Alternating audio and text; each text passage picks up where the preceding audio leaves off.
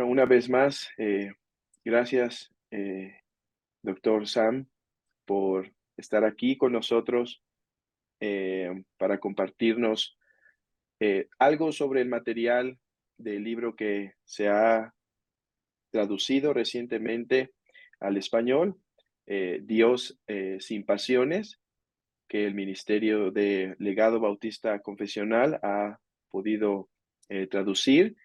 Y gracias por estar aquí con nosotros, ayudarnos a seguir comprendiendo esta doctrina tan importante y de tanta edificación para la iglesia. Entonces, bueno, primero que nada, gracias. Y hermano, ¿podrías decirnos algo brevemente sobre ti, sobre quién eres, qué haces actualmente y en qué estás sirviendo por el momento dentro de tu vida? Sí, hermano, gracias por la invitación. Y yo soy Samuel Renihan y vivo en La Mirada, California, en el condado de Los Ángeles, donde sirvo como pastor en una iglesia, aquí la iglesia Trinity Reformed Baptist Church, en La Mirada. Y yo predico todos los domingos en español y en inglés, y he servido 10 años, o ya hace 10 años que me ordenaron como ministro. Y también cuando puedo, yo viajo para enseñar en países latinos o en otros lugares y he tenido la oportunidad de publicar algunos libros acerca de la historia de los bautistas y su teología pactual y también la doctrina de Dios y de su decreto. Estoy casado y mi esposa y yo tenemos un hijo de 14 años, entonces soy esposo y padre o marido y padre y también pastor y autor a veces, pero en este orden, primero marido, segundo padre, luego pastor, luego autor, si hay tiempo y pocas veces hay tiempo, pero gracias por la oportunidad de estar contigo en esta entrevista o esta charla y para mí es un ánimo um, hablar con hermanos de otros países en otro idioma y ver la unidad del cuerpo de Cristo, la unidad de la iglesia, una unidad no solamente externa, sino también interna por nuestra unión en Dios y nuestra unión en doctrina. Entonces, gracias, hermano. Sí, pues gracias a ti. El tema que nos trae, como hemos dicho, es la publicación, el tema del libro Dios sin pasiones. Eh, y bueno, la doctrina tal cual es lo que se conoce tradicionalmente como la divina simplicidad. Y creo que podríamos, perdón, la divina impasibilidad.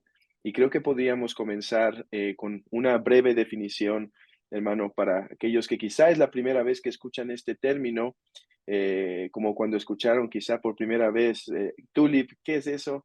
Igualmente, quizá algunos ahorita pueden decir, bueno, ¿qué es eso de la impasibilidad? ¿Podrías darnos alguna definición de eso, hermano? Sí, si contemplamos la palabra misma, impasibilidad, uno debe reconocer que es una negación de algo. Impasible, es decir, no pasible. Dios no es pasible. Impasibilidad divina. Entonces la pregunta sería, ¿qué significa ser pasible? Entonces, para entender qué significa ser impasible. Y cuando nosotros decimos que Dios es impasible, estamos diciendo que Dios no experimenta cambios emocionales, ni desde dentro Dios no cambia a sí mismo, ni por efecto de su relación con la creación. La creación no cambia a Dios o causa cambios emocionales en él, ni causa Dios a sí mismo cambios emocionales. Las pasiones, Dios no tiene pasiones, es impasible, sin pasiones y él no se mueve a sí mismo ni mueve al mundo a Dios a tener un cambio emocional. Sí, y a la luz de eso, eh, nosotros creemos en la divina impasibilidad porque es enseñada por las escrituras. Por ejemplo, hay textos que dicen que Dios no es hombre para que mienta, ni hijo de hombre para que se arrepienta. y hablan de un Dios que no es movible, que no es mutable. No obstante, a veces hay un poco de dificultad para aceptar la impasibilidad, porque hay otros textos, o no otros, muchos otros textos que Sí, sí. hablan sobre un Dios que parece que sí tiene emociones, como que se arrepiente, como que tiene ira, como que tiene o cambia, aparece en ocasiones de opinión. Entonces, ¿cómo entendemos la divina simplicidad enseñada en las Escrituras si tenemos estos dos textos que parecen decir que no, que Dios no es impasible? El doctor Barcelos, Richard Barcelos, tiene una frase que me gusta mucho y él dice que nosotros no solamente contamos los textos, los versículos, sino también pesamos los versículos. Entonces, los versículos que describen a Dios en el lenguaje de las emociones o las pasiones de los hombres, si contamos estos versículos, como usted dijo, son muchos. Pero otro texto, otro versículo dirá, Dios mismo dirá, no soy hombre, y yo no cambio mi mente, yo no me arrepiento. Entonces, por solamente un versículo, por solo un versículo en que Dios dice, no soy hombre, esto pesa mucho más que los muchos versículos que describen a Dios en el lenguaje de los hombres. Entonces, hay ciertos versículos a los cuales atribuimos un peso mucho más grande que otros versículos en nuestra interpretación, comparando las escrituras con las escrituras. Entonces, no estamos imponiendo algo sobre las escrituras, sino reconociendo que en el mismo capítulo, por ejemplo, primero de Samuel 15, dirá un versículo que Dios se arrepintió de haber hecho a Saúl el rey, y luego unos versículos después Dios dice, yo no me arrepiento. Entonces, esto me dice, yo debo entender el primer versículo que describe a Dios en el lenguaje del arrepentimiento a la luz del otro versículo en que Dios dice que no es hombre y no se arrepiente. Hay algo que debo entender. Entonces, cuando la gente nos dice, cuando los hermanos en la iglesia nos dicen, pero pastor, las escrituras dicen que Dios se aira, que Dios se enoja, que Dios es celoso, y otras frases. Nosotros no estamos negando esto, ni estamos evitando esto. Estamos diciendo que hay otros versículos que nos enseñan cómo leer las frases que describen a Dios en el lenguaje de las pasiones o las emociones de los hombres. Entonces, la impasibilidad divina no traspasa ni viola las escrituras que hablan acerca de Dios en el lenguaje de nuestras emociones, sino que cambia nuestra forma de entenderlos, y nos ayuda a interpretar las escrituras según el método que Dios mismo nos ha dado. Si Dios dice no soy hombre, esto cuida y protege todas las frases que describen a Dios como hombre. Ok, Dios es como esto, pero no es exactamente así. Hay una diferencia o una distinción entre Dios y el hombre. Y al reconocer esto, uno dice, ok, no estamos evitando todos esos versículos, no estamos negando que existan.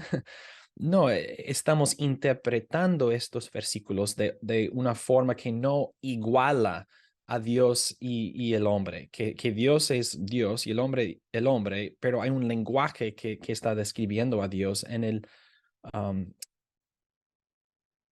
sí, en el vocabulario, por así decirlo, de las emociones humanas. Entonces, uh, para concluir, regresamos a la frase de Dr. Barcelos. No solamente contamos textos, si tienes 100 versículos acerca de Dios en el lenguaje de las emociones de los hombres y un versículo en que Dios dice, no soy hombre y no me arrepiento, etcétera, este versículo singular controla a los 100, a los cientos otros versículos que hemos leído. Sí, esta respuesta, hermano, nos mete en el tema metodológico, ya que se nos está instruyendo que hay textos que nos hablan de un Dios que tiene pasiones, pero que esos deben ser contrastados con otros textos que tú mencionas en tu libro que son hablando directamente del ser divino, ¿sí? No haciendo, no describiendo algunas acciones de Dios de forma humana, sino hablando de quién es Él.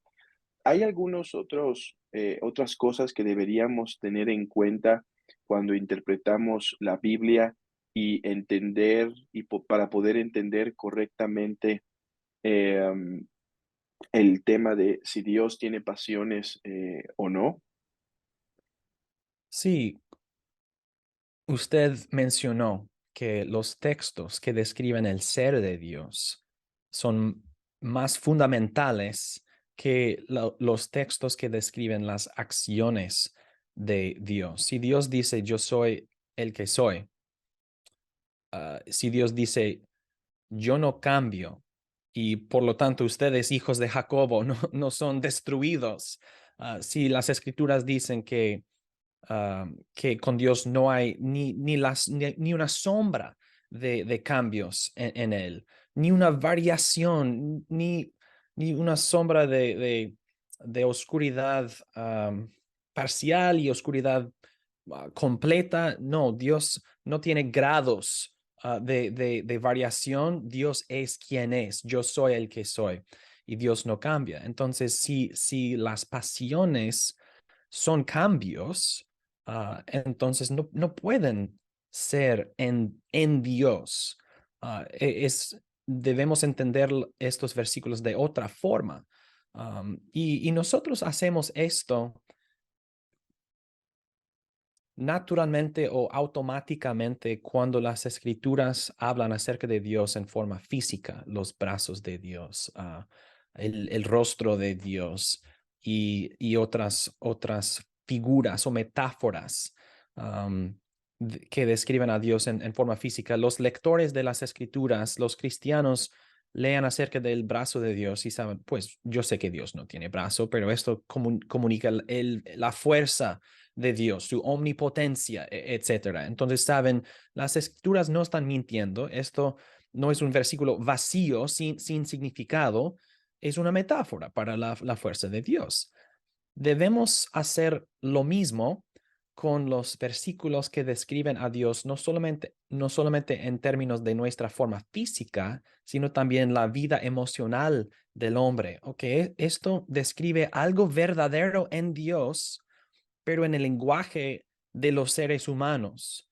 Entonces, sí dice algo, sí afirma algo, no es un versículo vacío, sin significado, ni miente este versículo, pero no voy a pensar que Dios tiene un brazo, así también no voy a pensar que Dios se arrepiente como nosotros, aun si las escrituras dicen que Dios se arrepintió. Hay una diferencia, hay una distinción entre Dios y nosotros por causa de los versículos que describen su ser, que no cambia ni puede cambiar. También los versículos que dicen que no es hombre y no se arrepiente. Estas reglas nos ayudan a ver que debemos entender el lenguaje de las escrituras como algo acomodado a nuestro entendimiento. Dios habla a un nivel que nosotros podemos entender. Sin embargo, no debemos pensar que Dios es exactamente igual al nivel del lenguaje que Él ha usado para comunicarse y revelarse a nosotros.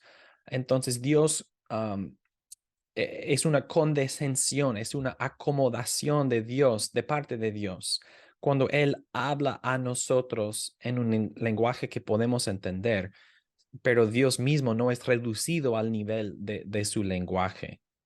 Ujú. Sí, a la luz de esto debe ser claro entonces que la acusación que se suele hacer contra esta doctrina de la impasibilidad o la simplicidad de que es pensamiento griego como introducido e infectando la interpretación bíblica, realmente es falsa esa acusación porque aquí lo que hemos sido instruidos es que es por las mismas escrituras que tenemos que afirman que Dios se arrepiente, que tenemos que negar que realmente hay un arrepentimiento humano en Dios. Y esto, bueno, ¿por qué negamos pasiones en Dios? ¿Qué son las pasiones o afectos en el hombre que tengamos que negarlos o que la Biblia los niegue del ser divino? Eh, ¿Podrías explicarnos eso, hermano?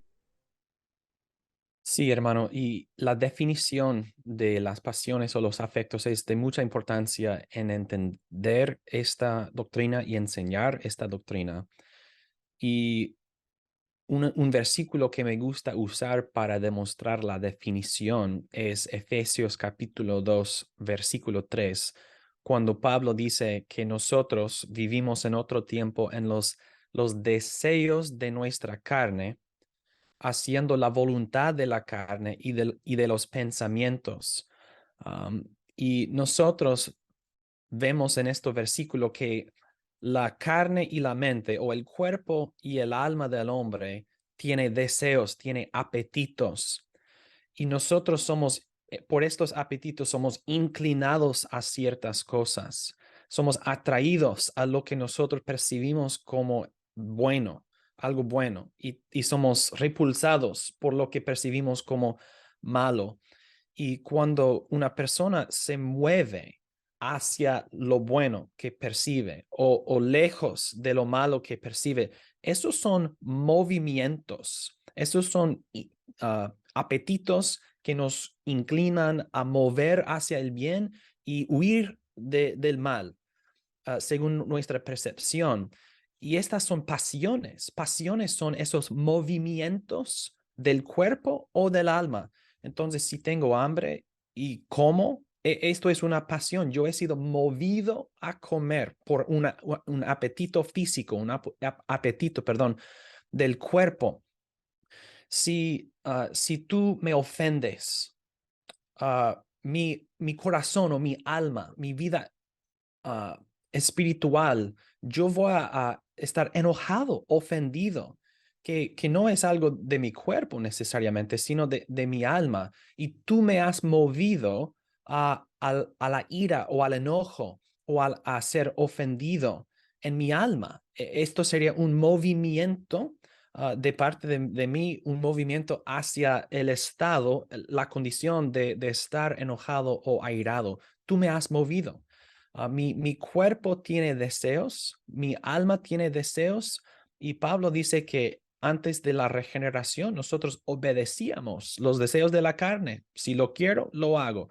Obedeciendo los deseos del alma, del corazón. Si lo quiero, lo siento. Si quiero desear, si quiero codiciar, mentir, hurtar, otras cosas, todo lo que la ley prohíbe, si mi cuerpo lo quiere o mi alma lo quiere, voy a cumplir la voluntad de mi cuerpo y mi alma. Esos son los movimientos del cuerpo y los movimientos del alma. Y estos movimientos son pasiones y afectos son iguales. Otra palabra para la misma cosa. Los afectos también son pasiones, son movimientos.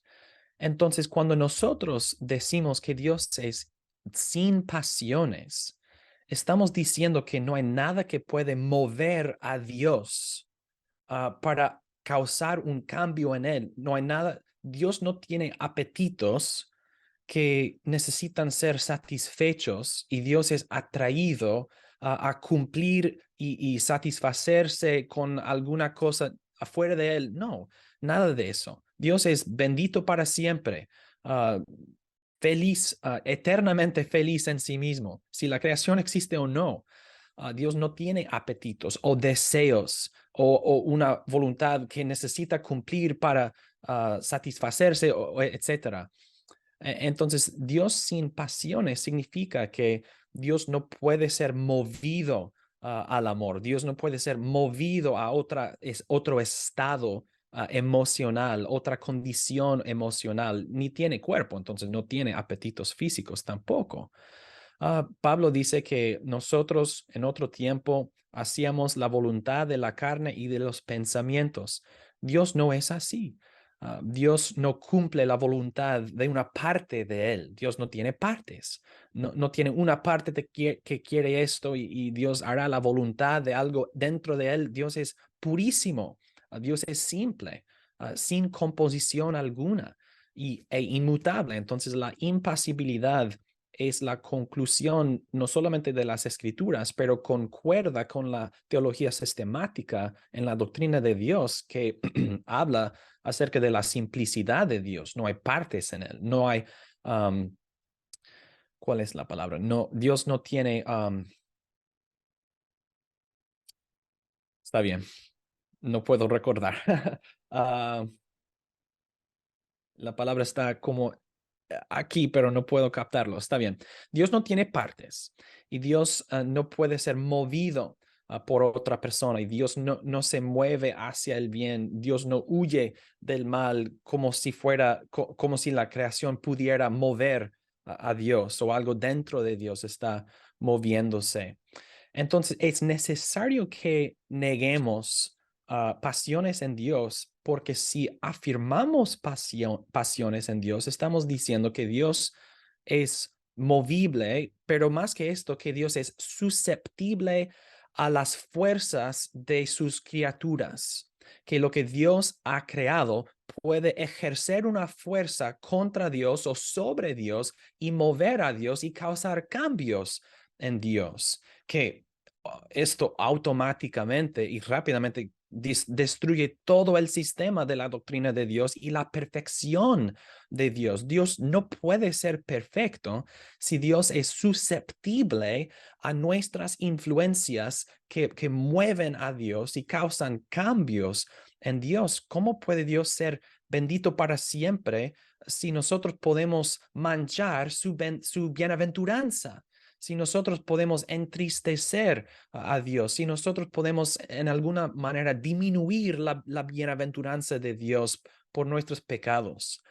En el libro de Job, uh, Eliú, es Eliú, ¿no? El joven sabio al fin, no me Sí, acuerdo del sí, nombre en español. sí, Eliú. Eliú.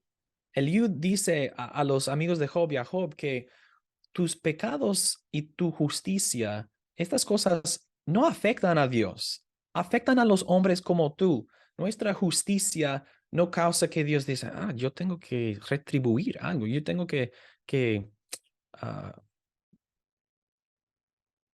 yo tengo que dar algo a este ser humano que ha hecho algo. Él merece algo. No, no es así. Ni mis pecados tampoco causan un cambio en Dios. Si los pecados causaran un cambio en Dios, Dios cambiaría infinitamente todo el tiempo, siendo provocado y movido por su creación.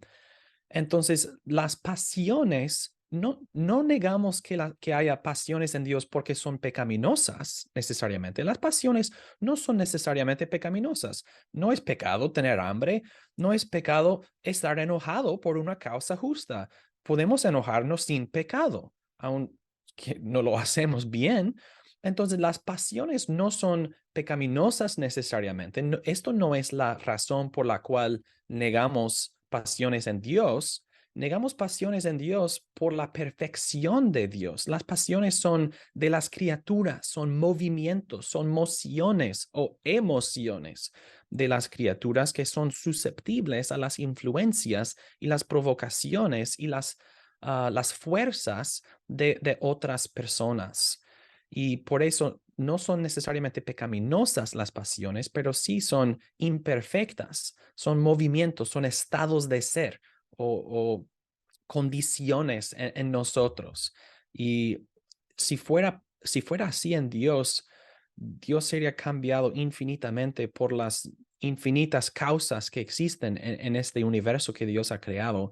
Y Dios sería menor que la creación que Él ha creado. Sería el sujeto de las acciones o el objeto, perdón, de las acciones de todas sus criaturas. Y todo esto destruye la doctrina de Dios y la perfección de Dios y la bienaventuranza de Dios y la distinción entre Dios y la creación y toda la doctrina de Dios en la tradición cristiana y en las escrituras. Sí, decías algo, hermano, que creo que es bien importante para fundamentar la doctrina de la impasibilidad, y es que no solo se niegan pasiones en Dios porque, por ejemplo, Él sea santo y no se ha movido a pasiones malas, sino que incluso pasiones buenas, no es que Dios no las quiera tener, sino que no las puede tener. O sea, Dios, su ser, y por eso mencionabas también la simplicidad, o sea, su ser está, es de tal forma que es imposible que existan pasiones, porque su ser eh, no tiene una parte de potencia que pueda ser como activada por algo externo. ¿Podrías eh, quizá profundizarnos un poquito en eso? Sí, hermano. Es muy útil o de mucha ayuda pensar en las categorías de agentes y pacientes. Agentes y pacientes. Un paciente es el recipiente de la acción de un agente. Y la palabra paciente tiene la misma raíz etimológica o etimológico con la palabra impasibilidad. Una pasión es un momento de sufrir algo, algo que ha sucedido en ti o una fuerza ha sido ejercido sobre ti. Una pasión es un momento en que algo sucede y un paciente, entonces, es una persona que recibe o sufre la acción de otro, de un agente. Un agente opera sobre un paciente. En los hospitales, los pacientes están pasivos y los médicos, los cirujanos, están haciendo la operación como agentes sobre un paciente. Un ser pasible un ser pasible es capaz de ser el paciente de un agente. Puede ser un paciente, pero Dios no puede ser un paciente. No hay agentes que pueden operar sobre Dios y hacer una fuerza contra Él o en Él. No solamente porque Dios es omnipotente, tiene toda potencia activa, sino porque Dios está libre de toda potencia pasiva, que no hay nada en Dios siendo simplísimo, siendo purísimo, siendo sin composición, no hay nada en Dios, no hay una parte que tú puedes activar. Aquí tú puedes, en mi oficina, en mi estudio, tú puedes prender las luces y apagar las luces y prender las luces porque existen todas las partes necesarias para hacer esto. Pero en Dios no puedes prender su amor, apagar su amor, prender su amor, apagar su amor. En nosotros sí, tú puedes provocar en mí un amor profundo um, no sé, por darme regalos o no sé qué. Libros. Libros, ok, vamos, libros. O por ser mi esposa, tú puedes provocar en mí un amor de otro tipo. Pero también tú puedes ofenderme y disminuir mi amor y etcétera. Y nosotros somos muy pasibles. Nuestro amor para nuestras esposas o hijos o amigos cambia mucho y crece y baja y mueve. Son movimientos, mociones y somos los pacientes de agentes que están activando partes en nosotros. Si Dios no tiene partes, no hay nada para activar en Dios. No hay nada que Dios no es esto, pero ahora será o estará en esta condición. No tiene partes. Si Dios es simple, no, es inmutable, no puede ser el paciente de un agente, es impasible. Pasiones son condiciones, son estados en nosotros, son mociones, movimientos. Todo esto es imposible en un Dios puro, un Dios simple, un Dios sin composición y sin cambios y sin capacidad de ser cambiado. No es solamente que Dios no cambia, sino que no puede cambiar, ni puede cambiarse a sí mismo. Todo esto establece la doctrina de Dios y arraiga la doctrina de Dios en las Escrituras. Yo soy el que soy y no puedo ser otro. Y esto es de mucha consolación para nosotros, porque nosotros decimos, la pregunta entonces es, pastor, si Dios no tiene pasiones, ¿qué es su amor entonces? ¿Tiene Dios amor? No entiendo, no entiendo la impasibilidad divina. Me suena como una afirmación filosófica y lógica, pero ¿qué significa? No entiendo. ¿Por qué entonces dicen las escrituras que Dios es amor? No entiendo. Y lo que nosotros tenemos que hacer como pastores o profesores, etcétera, es enseñar dos lados. De un lado, la negación. La impasibilidad es una negación de pasiones, pero esto es solamente una parte de la doctrina. Debemos entonces afirmar las perfecciones en Dios. Y luego los cristianos empiezan a decir, oh, ok, nosotros decimos entonces, hermano, el amor de Dios no es una pasión. Dios no es movido al amor y entonces Dios no puede ser movido del amor para salir o dejar de amar. Y si Dios no puede empezar a amar ni puede dejar de amar, el amor de Dios no es una pasión, un movimiento, sino una perfección, es su ser. Su amor es su ser. Entonces las escrituras dicen verdaderamente que Dios es amor. Y Dios no puede dejar de ser amor porque no puede cambiar. Entonces su amor ahora, por ser una perfección, es infinitamente mejor que el amor como una pasión, así como es en nosotros. Y la doctrina de la impasibilidad divina niega la pasión de amor.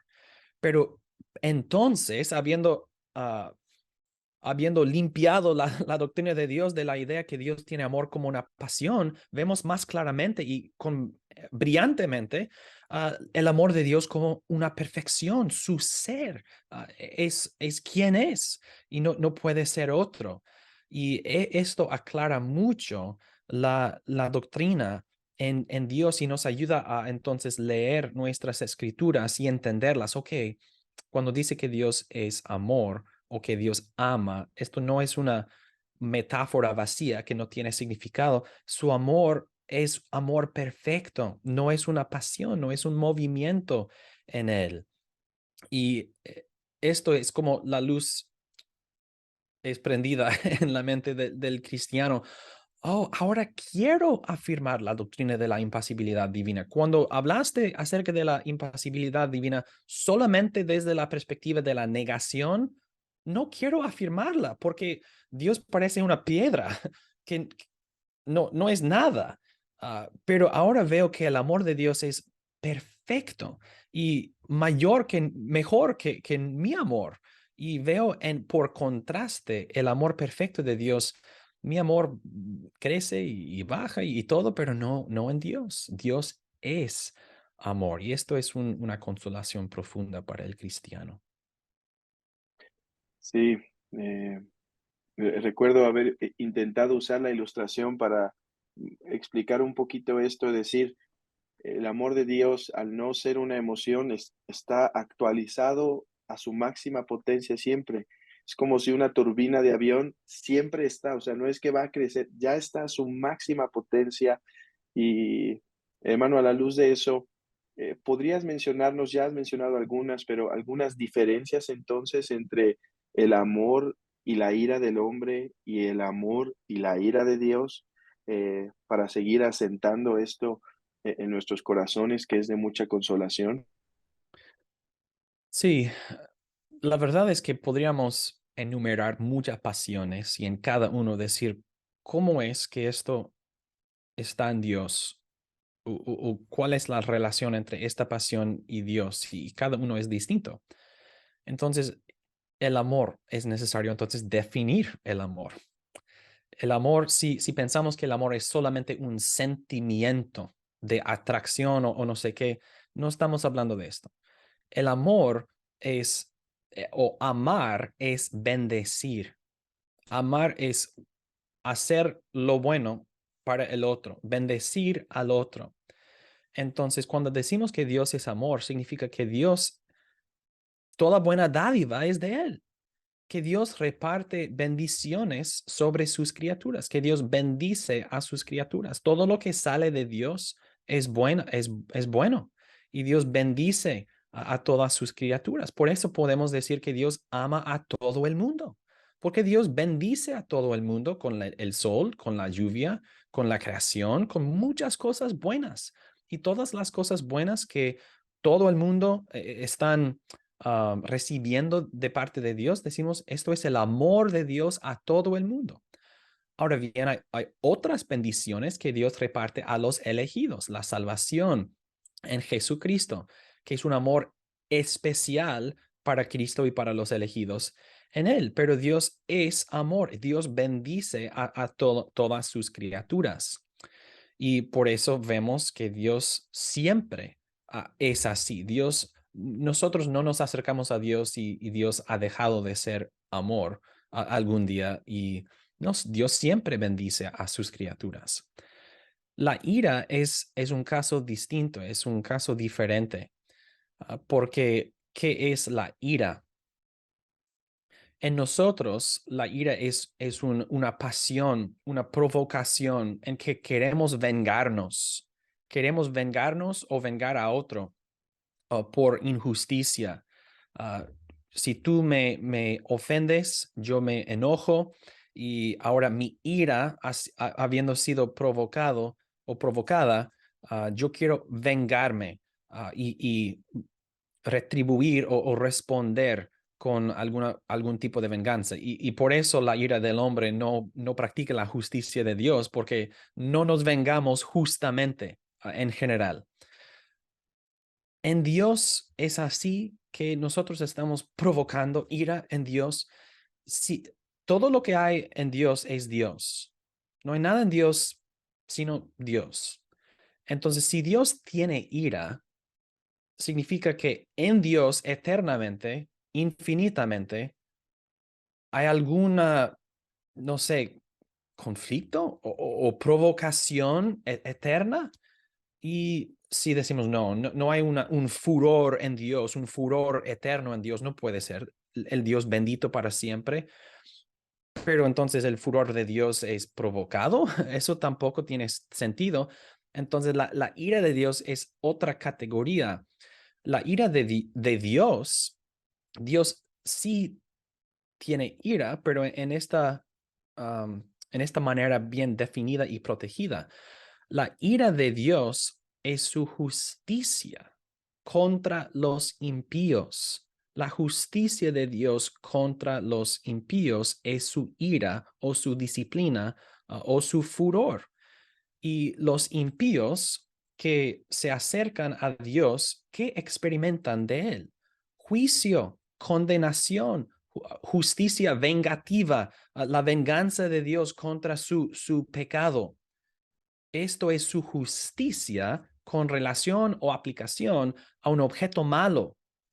Ahora bien, no es una pasión en Dios, no has provocado o causado un cambio en Dios, pero tú experimentas disciplina y condenación y castigo y etcétera. Tú experimentas la justicia de Dios contra tu pecado, y tú dices, Dios está enojado conmigo o Dios se ha airado contra mí. Usamos este lenguaje para decir que la justicia de Dios me está castigando, no para decir que yo he provocado a Dios y causado un cambio en Él. Y vemos que la misma persona, sí, la misma persona que se acerca a Dios, si es justo, la justicia de Dios no castiga a tal persona, aprueba. La justicia de Dios aprueba a tal persona.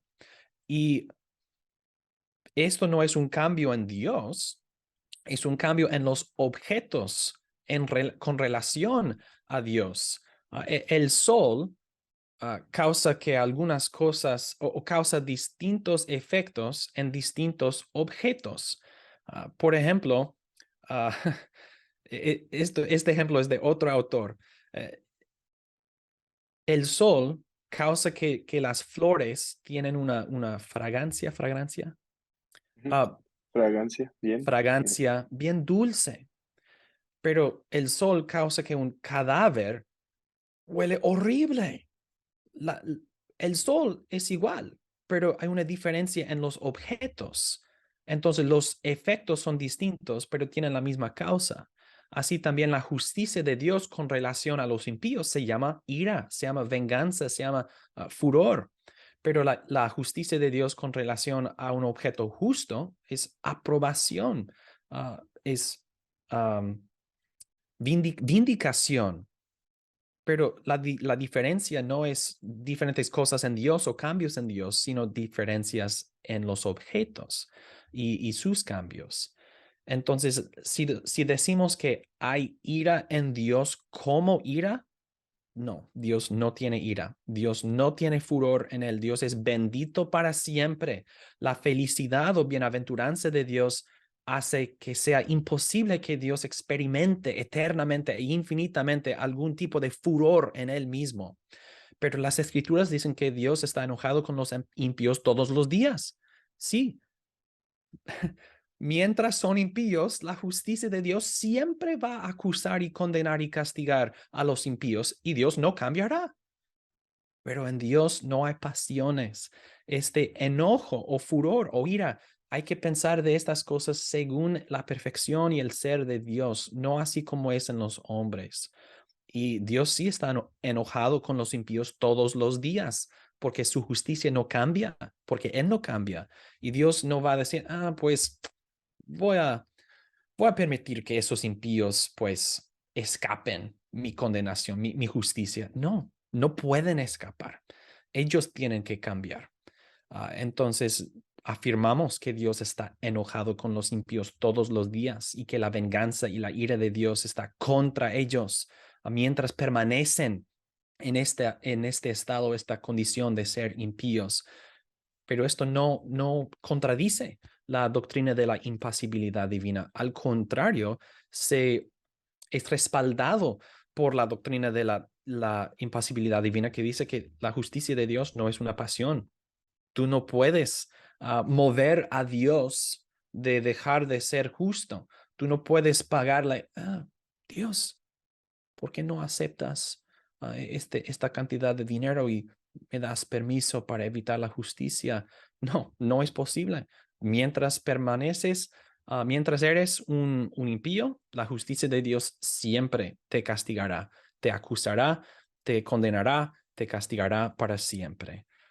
Entonces, la pregunta original fue, ¿cómo entendemos el amor de Dios y la ira de Dios en comparación con el amor y la ira en los hombres? El amor de Dios es una perfección de su ser. La ira de Dios es el nombre que usamos o la palabra que usamos para expresar o comunicar la justicia de Dios con relación a un objeto impío.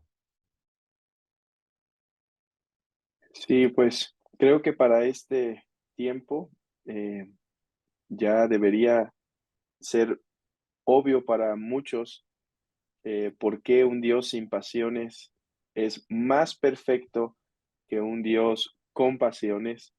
Eh, si uno lee la mitología griega, uno da gracias a Dios porque Dios no es un Dios con pasiones, como esos dioses eran no solo movidos por acciones, por pasiones buenas, pero movidos, porque si eres movido por pasiones buenas, ya hay potencia en ti que no, ¿por qué no podría ser pasiones distintas como las de los dioses griegos? Pero quisiera recalcar algo más, hermano, en que la doctrina de la impasibilidad es un consuelo para la iglesia y que lo mejor que podemos saber es que Dios es un Dios impasible. Sí, es muy fácil hacer esto, porque al leer los salmos que dicen tantas veces, alabad a Jehová, ah, porque su fidelidad es para siempre. Su amor perfecto es para siempre. Cuando tú dices para siempre, alabada a Jehová porque Él es bueno, porque su amor, su fidelidad, su misericordia es para siempre. ¿Cómo podemos confiar que el amor, la misericordia, la fidelidad de Dios, que estas perfecciones son para siempre? Yo puedo confiar en esto porque yo sé que su amor, su misericordia, estas cosas no son pasiones en Él. Y así como Dios no empezó a amarme, no puede dejar de amarme. No puede dejar de amarme porque no empezó a amarme. Su amor es eterno, y nos ha amado con un amor eterno. Y entonces yo puedo, es una consolación para mi alma, porque el amor de Dios será para siempre. Y como dicen Lamentaciones capítulo 3 versículos que muchos conocen bien, que cada mañana, cada día son nuevas sus misericordias. ¿Por qué son nuevas cada mañana? Porque Dios es el mismo para siempre y su misericordia no es una pasión. Cuando nosotros nos despertamos cada mañana, uno no sabe si nosotros vamos a hacer o estar en una, no sé, ah, felices o ah, fácilmente provocados. Uno no sabe porque depende de la noche, depende del día anterior, depende de muchas cosas. Si tengo Las hambre, emociones. sí, hay muchas personas que tienen algo así que dice, no me hables hasta que yo he tomado mi café.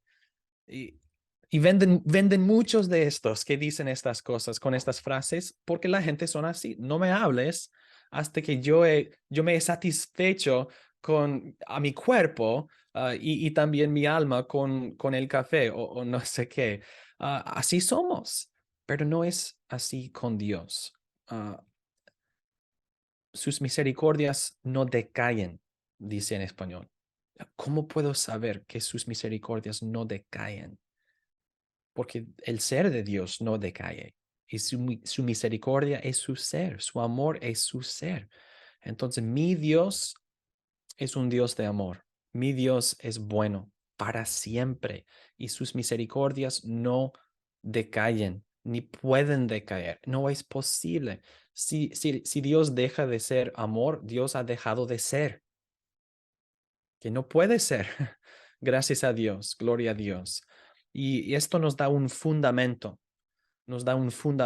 para nuestra fe, para arraigarnos, para consolarnos. Y cuando mis circunstancias están cambiando, cuando mis pasiones están cambiando, cuando todo está cambiando alrededor de mí, Dios no ha cambiado y Dios me ama. Dios me ama. Aun cuando me disciplina, ¿qué dicen las escrituras? Al que ama, disciplina. Hasta su disciplina es su amor formándome, haciendo el bien hacia mí, bendiciéndome. Mi Dios me ama, mi Dios no se enoja conmigo y no voy a hablar, no voy a hablar contigo hasta que, no sé, Dios no es como nosotros, así somos nosotros. No voy a hablar con tal persona porque estoy enojado con él, o no sé qué. Así somos.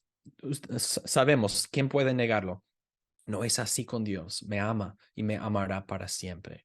Gracias al Señor. Ya cité de Malaquías capítulo 3 cuando, no sé si es capítulo 3 pero en Malaquías, cuando Dios dice que yo no cambio y por lo tanto ustedes no son destruidos, hijos de Jacobo.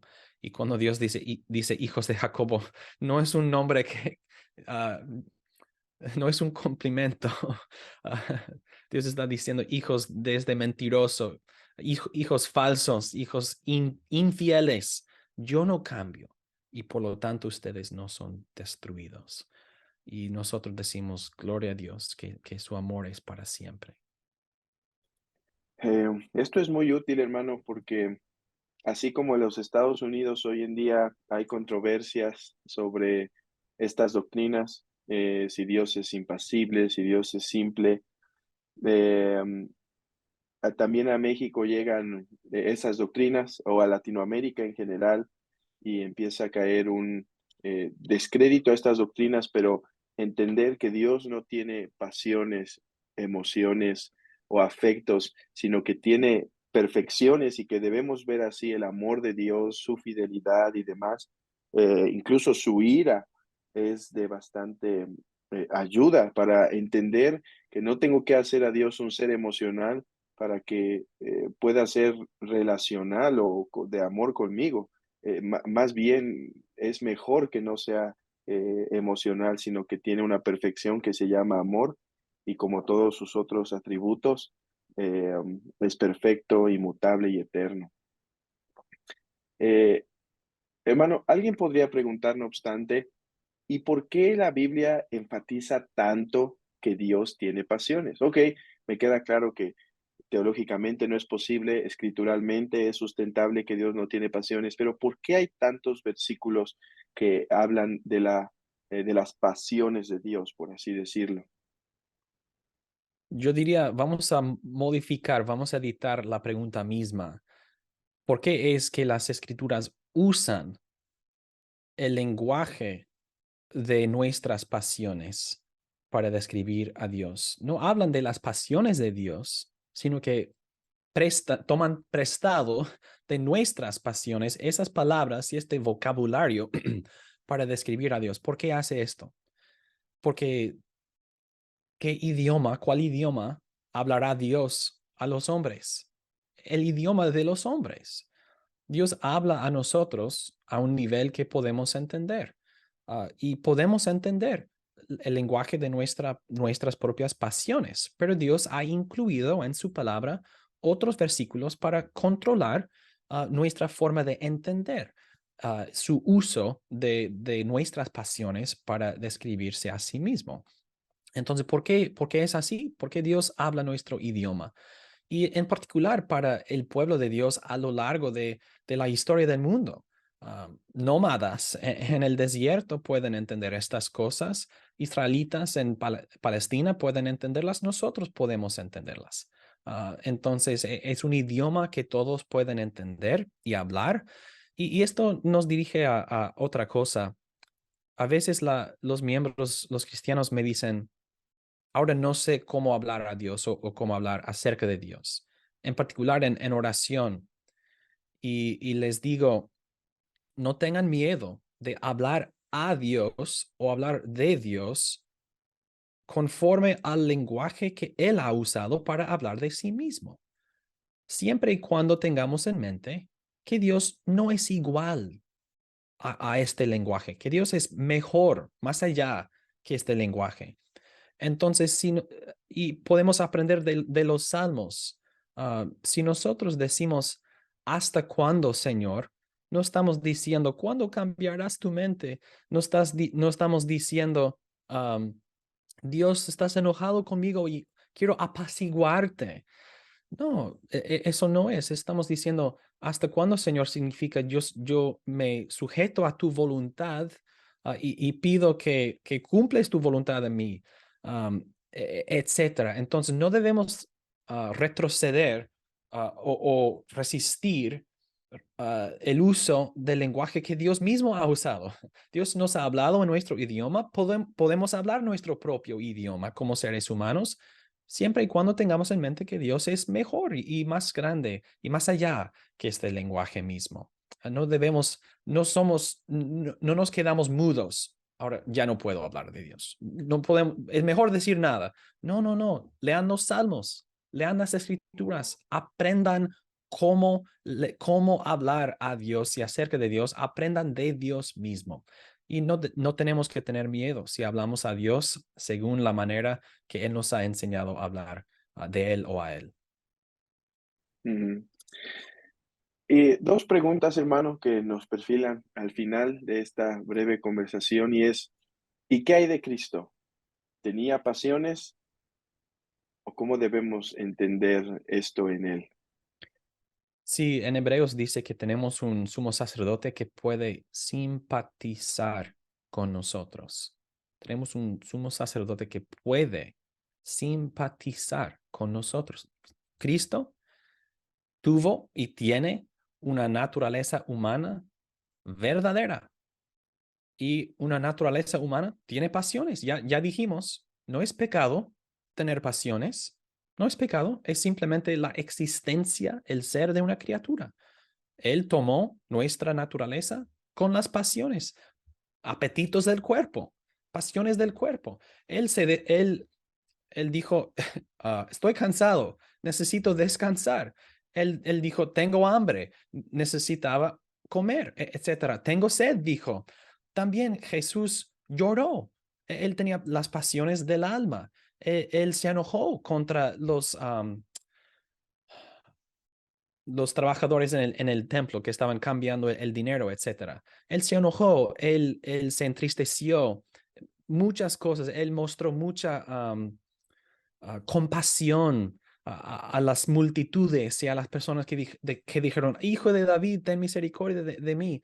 Vemos todas las pasiones de la naturaleza humana en el Señor Jesucristo y todo sin pecado, sin mancha, inocentemente. Entonces, es 100% una parte de nuestra teología decir que Cristo, según su naturaleza humana y solamente en su naturaleza humana, tuvo pasiones y tiene pasiones.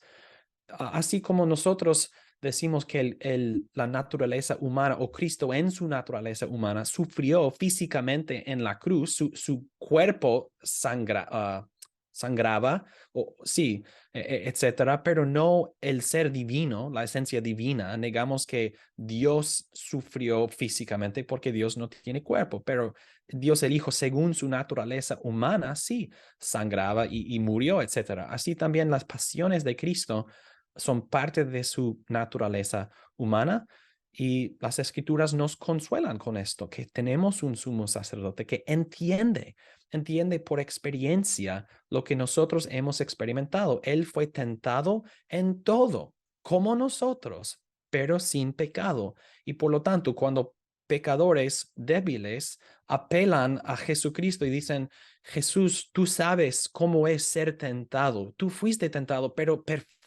tú venciste, tú triunfaste en la tentación en todo momento. Oh Señor, mi Dios Jesucristo, ayúdame en esta tentación. Y Él simpatiza con nuestras debilidades y Él no, nos ayudará. Entonces, la doctrina de la impasibilidad divina, no hay ninguna contradicción con la encarnación. Afirmamos una naturaleza verdadera, una naturaleza humana verdadera del Señor Jesucristo, y gloria a Dios. Hermano, ¿y algún último pensamiento de no cómo armonizar un Dios impasible y el Evangelio? Porque el Dios del Evangelio es el Dios impasible, así que no necesitan una armonización, pero ¿cómo predicamos un Dios impasible con el Santo Evangelio? ¿Podrías darnos algún último pensamiento al respecto? Sí, hermano, una buena pregunta. Ya dijimos que la justicia de Dios no cambia. La justicia de Dios no cambia porque Dios no cambia. Pero la justicia de Dios o diferentes objetos experimentan la justicia de Dios en diversas maneras, uh, según las diferencias en los objetos, que suena complicado, pero no lo es. Podemos predicar y debemos predicar y anunciar que la ley de Dios revela la justicia de Dios y la santidad de Dios contra todo pecado y que la justicia de Dios castigará, acusará, condenará y castigará a todos los impíos. Y nadie puede escapar la ira o la condenación, la justicia de Dios. Nadie puede escapar. Dios es perfecto. Dios no cambiará. No es posible cambiar la justicia de Dios o escapar la justicia de Dios. Entonces nosotros mostramos por la impasibilidad de Dios la condición o la desesperanza del hombre en su condición natural. No hay esperanza para él en sí mismo siendo pecaminoso, sin capacidad de cambiar a sí mismo, no puede escapar la ira del Dios impasible. Entonces, esto debe espantar al pecador, yo no puedo escapar, yo no puedo ofrecer algo a Dios que cambiará su mente o apaciguará a su ira o algo así. Yo no tengo nada, yo no puedo ofrecer nada, yo no puedo hacer nada, yo no puedo cambiar mi condición, no puedo escapar.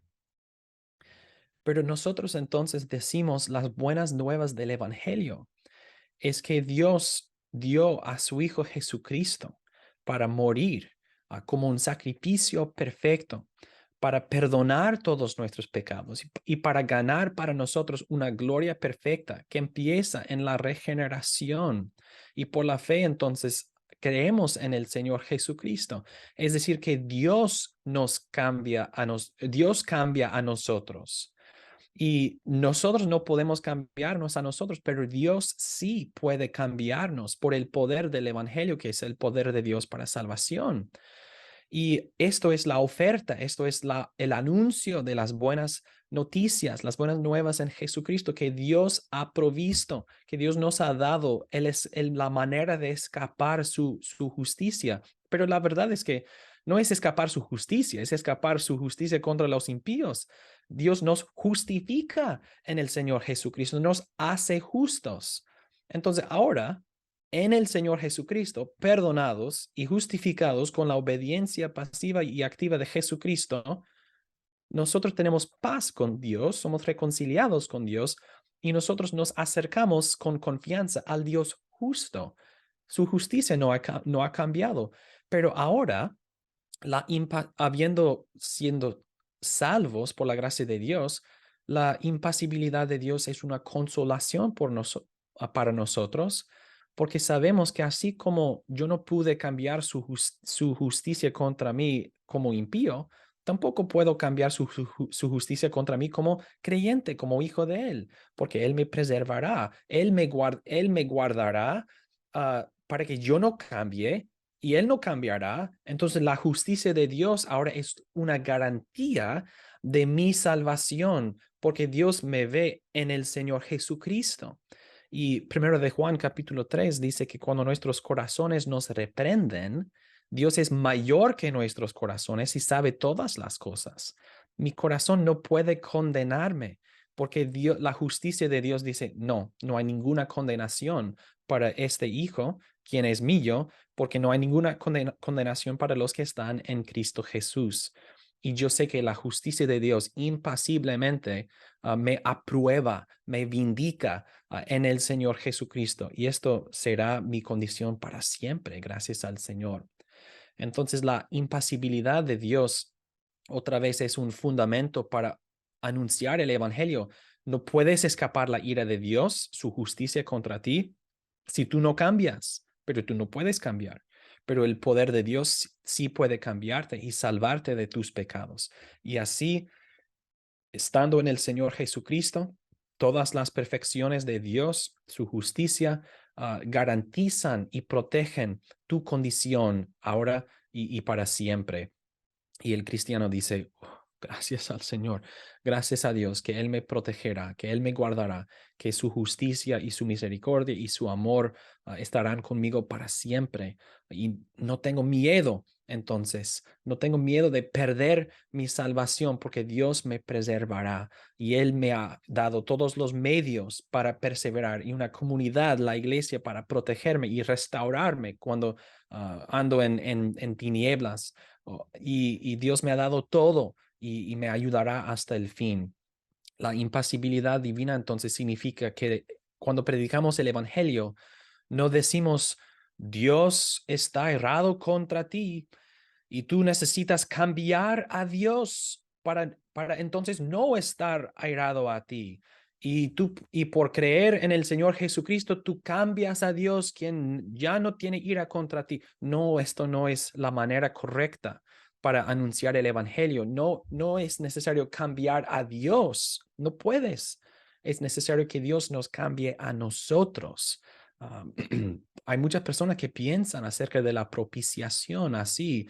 Dios tenía furor contra mí y ahora Dios ha sido apaciguado contra mí o hacia mí. No, Dios no ha cambiado. Nosotros hemos cambiado con relación a Dios. Y la diferencia entre ira y paz es la diferencia entre nosotros con relación a la justicia inmutable de Dios. Hermano, y una última pregunta y ahora sí concluimos. ¿Y esta doctrina es nueva? ¿La apenas se le ocurrió a algunos hombres o cuándo nació? Lo vemos en los padres de la iglesia, en los medievales y en la reforma y en la postreforma, en los credos y las confesiones. Entonces es la teología de la iglesia a lo largo de su historia. Obviamente, otras personas me han preguntado, ¿cuál es el origen de esta doctrina? Y tengo que decir, las escrituras enseñan esta doctrina y por lo tanto vemos que la iglesia ha expresado esta doctrina. Entonces, el vocabulario o la manera de expresar la doctrina en ciertas palabras, sí, esto ha desarrollado. Esto sí, vemos un desarrollo, aclaraciones, a veces por varias razones. Sí, la expresión de la doctrina sí ha cambiado, ha crecido, se ha desarrollado, pero la doctrina misma viene de las escrituras y la vemos a lo largo de la historia de la iglesia. Muy bien, hermano, pues muchas gracias por tu tiempo y por explicarnos esta doctrina, así que esperamos tenerte en algún momento nuevamente.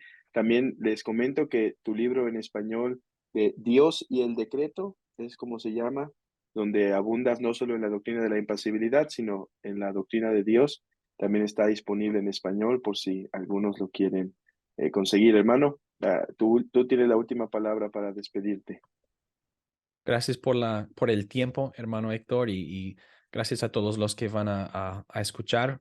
Ojalá que me haya expresado en una manera entendible en este idioma. Me encanta la habla hispana, pero no lo hablo perfectamente. Entonces, gracias por su paciencia y mi deseo es que esta conversación aumente. Yo quiero mover, yo quiero mover a los cristianos, yo quiero mover tus pasiones, yo quiero activar en ti un amor más profundo, una consolación más profunda, una creencia, una fe más fuerte en nuestro Dios. Por de un lado, negar las imperfecciones de pasiones en Dios y de otro lado, afirmar las perfecciones que hay en Dios, sobre todo su amor y su misericordia para con nosotros. Esto es de mucha consolación y nos da confianza en todo momento de nuestras vidas. La impasibilidad divina es una medicina para el alma y ojalá que hayan visto el efecto positivo que esta doctrina tiene en la vida de un cristiano al estudiarla y creerla y afirmarla y meditarla bien. Muchas gracias, hermano.